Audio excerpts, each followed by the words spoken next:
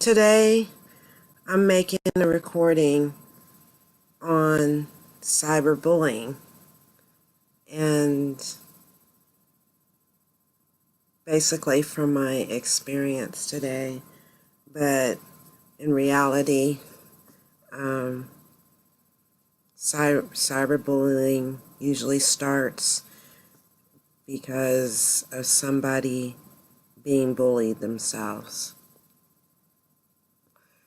So you may be a victim of it at some point and then adapt by repeating the behavior that was done to you. And so the easiest way to explain it is to explain my story. My cyberbullying, I was a victim of cyberbullying on some adult chat sites. In essence, since I have a bigger body type, I'm known as I call myself a big, beautiful woman, BBW. And the challenge was that when I was going on these sites, that since I was a larger woman, I wouldn't be accepted for who I was, and in reality, I wasn't. And so my lurking started when I was on sites and didn't have the courage to show my pictures and stuff like that. I would hide behind a mask, and for the longest time possible, I would not expose myself because I was always in fear of what people would think about me. And this continued for a good 18 months until I got the courage to start Skyping and not feel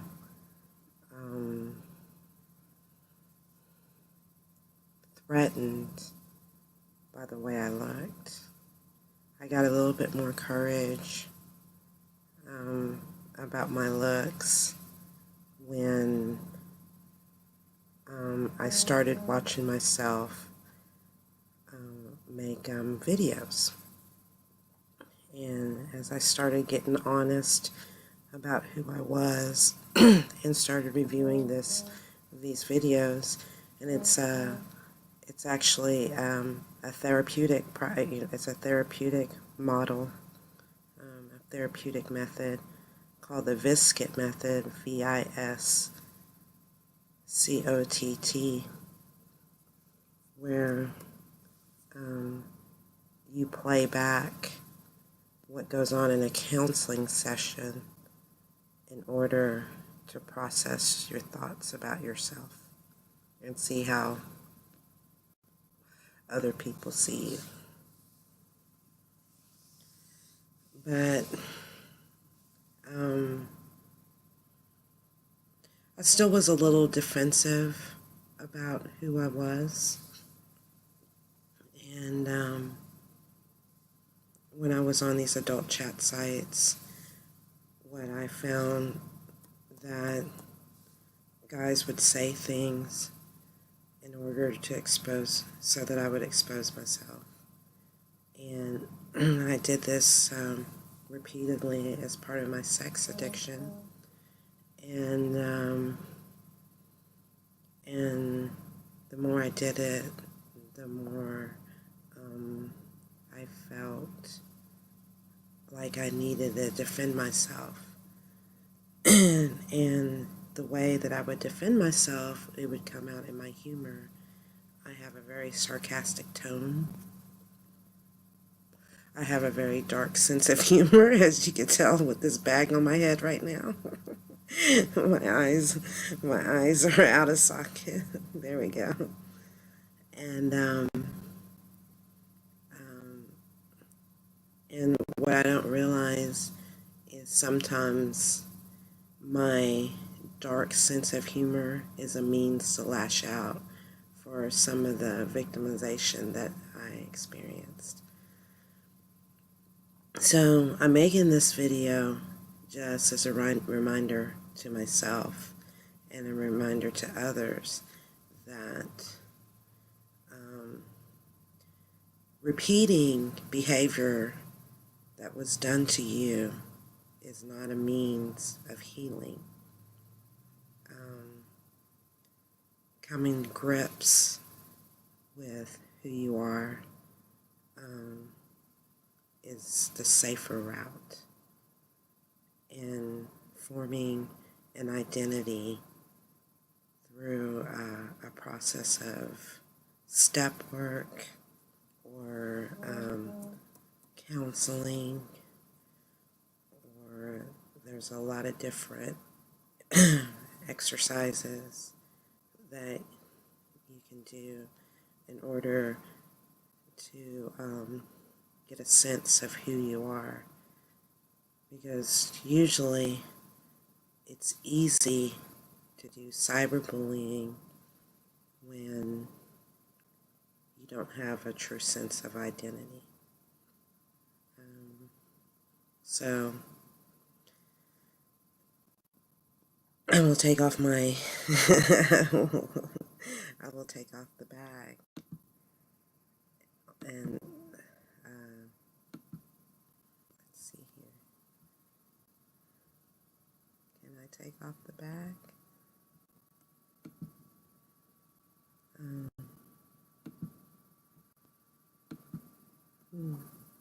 Okay, I will take off the bag and let you know. Let you see I encourage anyone that feels that they have to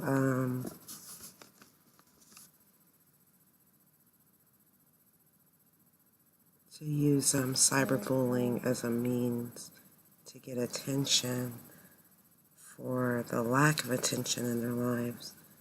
I encourage people not to do it. And I made my mistake by labeling. It was easier to say, like, change my terminology.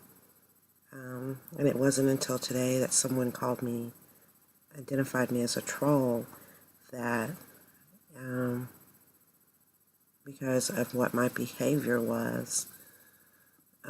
Granted, it might have been a little of ignorance about what cyberbullying is.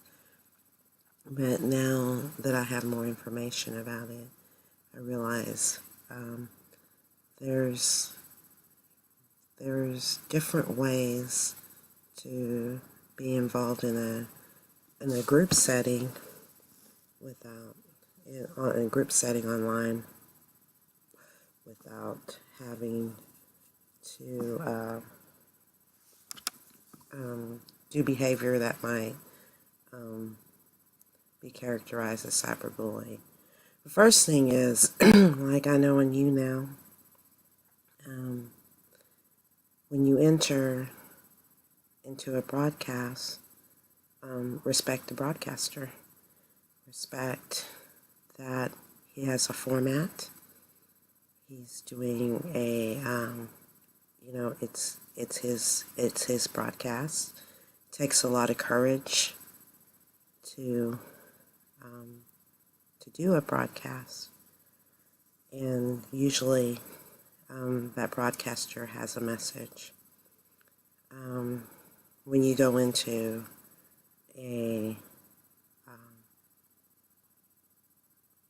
a broadcast, say hello.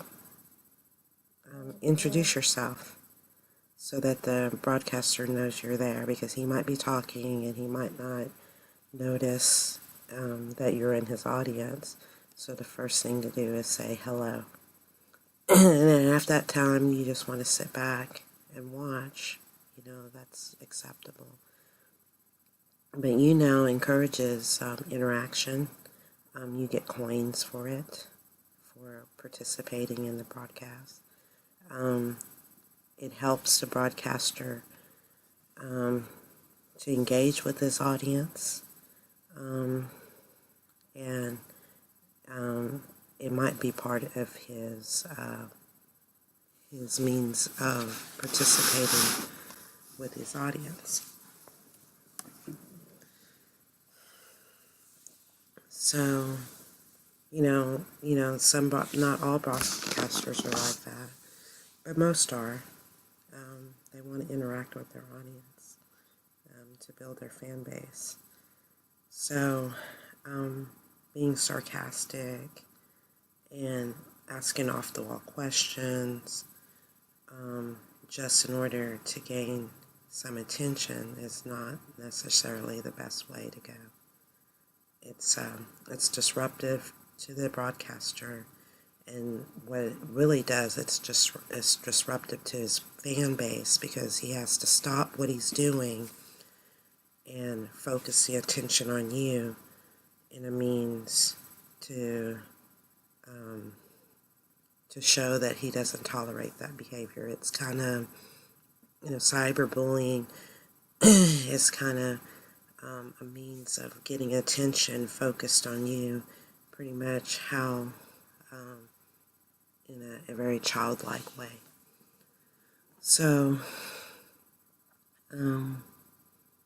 courtesy is the best route. And now, I understand, you might make mistakes along the way. I did in my first 30 days of broadcasting.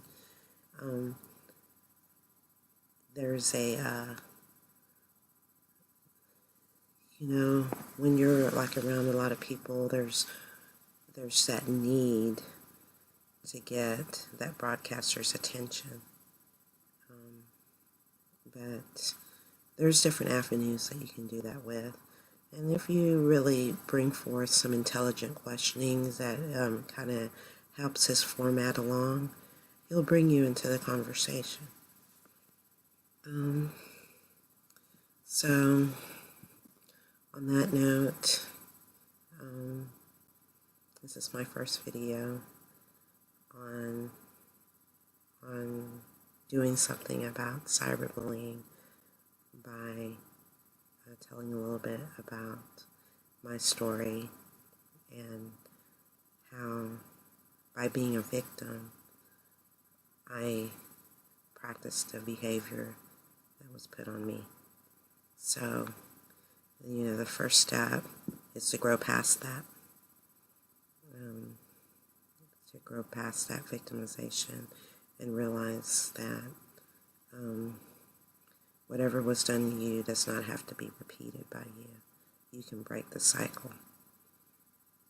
And you can be a bigger person and act in a more positive way, a more pro-social way, than to repeat the negative behavior that was imposed on you. So, just a little note. Hopefully, in the cyberbullying campaign, we'll be able to start a playlist and see what other YouTubers have to say about cyberbullying and try to put it all in one place. But that's pretty much it for now. Thank you for listening. I'm Louisa black on white _0_ at you now.